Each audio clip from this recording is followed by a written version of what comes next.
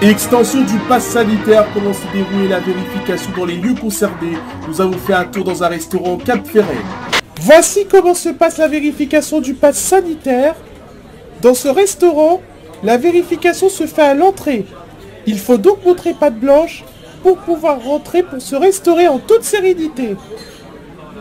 Il faut bien vérifier le pass sanitaire et c'est essentiel pour endiguer l'épidémie et pouvoir continuer à garder les restaurants ouverts. Parce que c'est important de protéger la population, c'est important de se faire vacciner. Oui monsieur? Allez-y, c'est bon. Mais vous contrôlez vraiment le pass sanitaire? Ah oui, allez-y madame. Bah c'est la deuxième personne qui vient de passer et vous ne leur demandez rien. Mais dans ma tête, je sais qu'ils l'ont. L'image du jour, c'est la rentrée qui a pratiquement commencé sous le signe du vaccin et du pass sanitaire.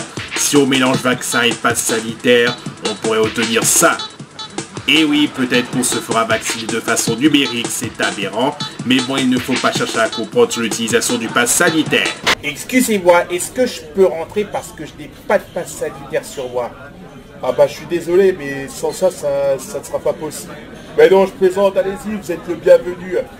Il faut bien que le restaurant bouge, donc il faut faire un geste. Ce gérant dirige un restaurant depuis 1998. Il était le plus respecté de son village. Aujourd'hui, il est furieux suite aux nouvelles mesures du pass sanitaire. Pour lui, c'est une atteinte à la liberté. Moi je trouve ça innommable de forcer les salariés à se faire vacciner contre leur gré et de transformer les gérants en garde-chiots. Ça fait des années que je suis apprécié par mes clients et mes salariés et maintenant, quelle sera la suite? Pourtant, la vaccination n'est pas obligatoire pour les salariés. Et pourtant, quelque sorte, ça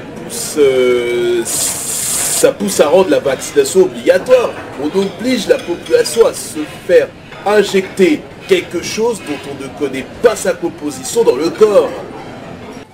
Et pourtant, ce pass sanitaire permet de sauver des vies, garder tout ouvert, mais aussi mettre fin à la pandémie. Alors, professeur Sylvestre, comment a pu-t-on en arriver là? Vous pouvez formuler votre question, s'il vous plaît? Bah, comment on en est venu à obliger les gens à se faire vacciner? Ça, ce n'est pas de notre faute. Bah quand même, c'est vous qui faites des recommandations. Oui, mais c'est votre gouvernement qui prend les décisions, pas nous. On retrouve Judith Gagné au Cap-Ferret. Judith, comment se passe actuellement? Bah, Judith, vous êtes devant un restaurant? Non, là, je suis sur la plage en train de m'éclater, de sortir prendre l'air, à me détendre. Oh, arrête de m'éclabousser. Bah, amusez-vous bien, Judith. Il y a aussi les tests PCR. Oui, qui vont devenir payants durant l'automne. Oui, comme ça on se fera du putain de bleu. Hein? Bah oui, avant le monde pharmaceutique était dans la faillite. Grâce à ça, on va devenir milliardaire. Mais vous faites de l'argent sur le dos des gens. C'est toi qui le dis, mais faut bien inciter à la vaccination.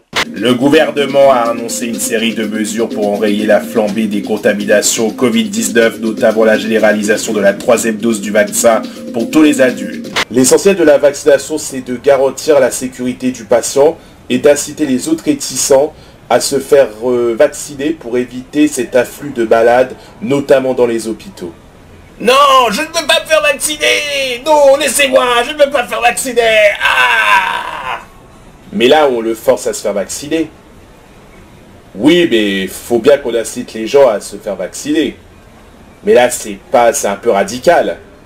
Appelez ça comme vous voulez, mais faut bien se débarrasser de cette pandémie. Ça fait presque 2 ans qu'on vit avec.